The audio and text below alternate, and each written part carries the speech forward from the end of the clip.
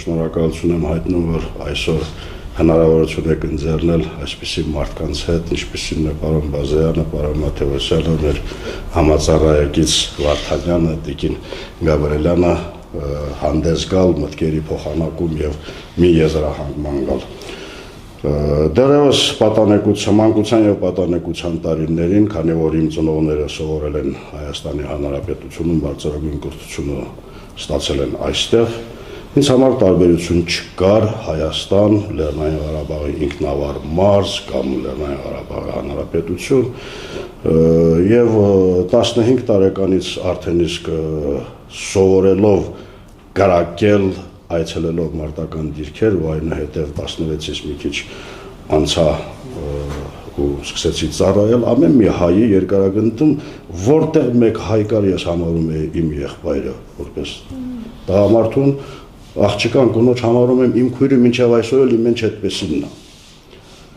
Հայաստանի Հանրապետությունը պետք է համարվի համայն հայության մայրաքաղաք, համայն հայության կենտրոն, Երևանը համայն հայության մայրաքաղաք։ Եվ այսօր ցանկացած ընտրությունների ժամանակ պետք է բոլոր պետություններից այցելեն Հայաստանի Հանրապետություն, հայերը կատարեն իրենց ընտրությունը, իրենց ղեկավարին, որպեսզի հետագայում կարողանան ճիշտ բալանսացված ձևով զարգացնենք։ Այսօր խոսել արցախցիների սոցիալական վիճակի մասին ու չանդրադառնալ քաղաքականությանը, օրվա իշխանությունների կողմից վարած քաղաքականությանը անիմաստ է։ Հայաստանի Հանրապետության իշխանությունը զավթած ջհուդաթուրքական պրոյեկտը այսօր ամեն ինչ անում է, որպեսզի պառակտվի այս ազգը, ամբողջովին պառակտվի, որովհետև Հայաստանը նստած է մեծ թորանը կազմավորելու արանքում, Հայաստանը այն ժողովուրդն է, որը ստեղծված է Աստծո կողմից, եւ Հայաստանը հայը այն ազգն է, ով անցել է ցեղասպանություն, որը ձեռնտու չի հրեա ժողովրդին։ Այս երեք գործոնները մեկտեղ խանգարում են գլոբալիզացմանը։ Սա պառակտելու համար անհրաժեշտ է ընդհանրապես այսպիսի իշխանություն եւ այսպիսի պատրաստված իրար հետ շահկապված օղակներ։ Ինչ է նշանակում, դուք պատկերացրեք մի պահ, ես մարդուն հետևից հարված եմ ու նայեմ իմ 19-ամյա որդու աչքերին։ Ինչպես այդ հայկը խփել է Սեյրան Օհանյանի մեջքից ազգային ժողովում, ինչպես կարելի է փողոցային թաղային կռիվներում այդպիսի բան չեն անում։ Ինչ է նշանակում երկրի թիվ 1 ամբիոնը դարձնել կրկես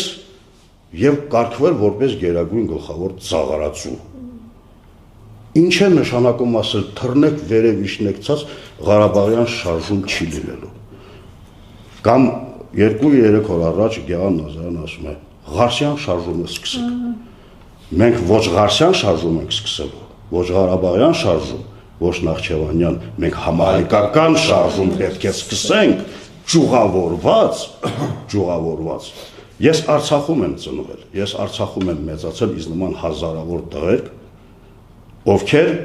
50-ական թվականներից մինչև 80-ական թվականներին ծնված տղաները առնվազն մասնակցել են 4 պատերազմի։ Էլ չեմ խոսում այն սերունդը, որը մենք թողեցինք 20 թվականին։ Քանի հազար վիրավորներ։ Հիմա ինձանից պահանջում եք, ես որ ասում եմ ինձ, դուք համարեք ինձ նման հազարավոր տղաների 4 պատերազմ անցած տղամարդը, ով ունի բազում հիվանդություններ, վիրավորված, ես իզուր չեմ ասել մեր ամեն մեկի սպիները ձեր բոյից երկար են իմ ելույթի ժամանակ, եթե հիշում եք։ Դու ինձ հիմա ես թողել եմ, ամեն մեկս թողել են 2, 3, 4 բնակարաններ, մեր հողերով, մեր ամեն ինչով, դատարկ մեքենայի մեջ միայն օրվա շորերը հասցրել, էնել պայթունից հետո, որոշները մի կերպ ջերմությամբ ես իմ ինչ վիճակում հասցրել ենք մեզ մտցնել Հայաստանի Հանրապետության տարածքում։ Թե ինչպես են մեր ժողովուրդը ընդունել, դրա մասին խոսք չկա, ես ծնկաչոք շնորհակալություն եմ հայտնում մեր ազգից մեզ այսպես ընդունելու համար, բայց երբեք չեմ կարող ասեմ, այս ինչ բանը կառավարությունն ա արել։ Այն գումարները 40 գումարած 10,000-ը որ տալիս է, սա ինչ կապ ունի սա կառավարության հետ։ Այն դեպքում, եթե հրապարակել եք ցուցակը, որ պետություն ինչքան գումար է Արցախից բռնի տեղահանվածների համար տրամադրել։ Հարց. ազգային ժողովի նախագահ, վարչապետ, տարբեր պաշտոնյաներ, բանակի զինված ուժերի գլխավոր շտաբի պետի տեղականներ, շտաբի պետ, պաշտպանության նախարար, ձեր գոլեգաները հիմա Բաքվի բանտում են, ում տունն եք այցելել, տեսնեք սոցիալ-կենցաղային վիճակը ինչպիսին է, որ մի արցախցու եք կանչել այսպես հետը զրուցել, ասել, տղա ջան, ինչ խնդիր ունես։ Ամեն ինչ թողած արցախցուն, ասում ես ինտեգրվիր, նախ ինտեգրվելու խնդիր չկա, ես իմ եղբայրների քույրերի շրջապատում եմ։ Որպես այդպիսին այստեղ ապրելու խնդիր չունեմ, պայմանները ստեղծիր։ Ինչի ես կողքորտում փաստականի մասին օրենքը։ Դու ինձ ապահովիր բնակարանով, ես իմ ընտանիքով մտնեմ այդ տանիքի տակ ու կլինեմ Հայաստանի Հանրապետության ամենապարտաճանաչ քաղաքացիներից մեկը։ Բայց դու ինձ ասում ես քաղաքացիություն ընդունիր, բայց դու տես որ թվականին ես ընդունել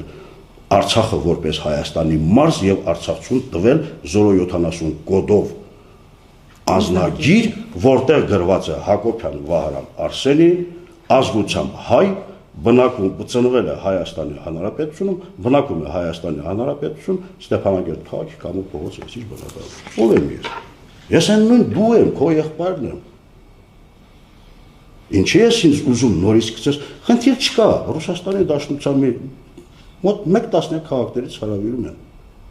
Բայց ես որպես հայ մնում եմ այստեղ պայքարեմ, այն որ ասացի, համահայկական պայքարի համար եմ մնում, ոչ թե կոնկրետ Արցախի, ոչ թե կոնկրետ Նախիջևանի կամ Ղարսի, այլ համահայկական։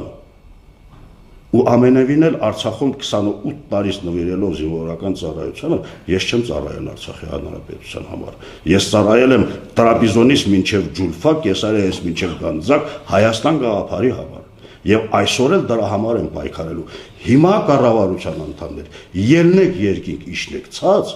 համահայկական շարժումը ես եմ եւ իզ նմաններն են։ Դուք կարող եք ինձ ձերբակալել, կարող եք ինձ որպես անհատ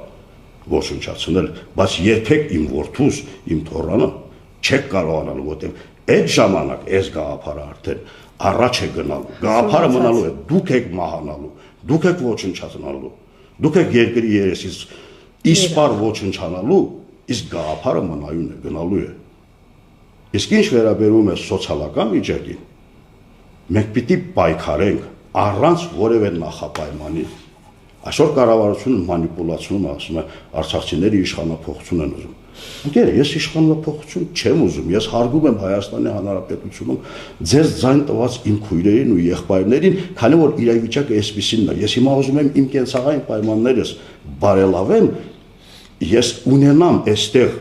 պարտականությունից բացի իրավունք նոր մտածեմ քեզ ընտրելու, քեզ փոխելու մասին։ Ես մինչև այդ ես պիտի գոյատևեմ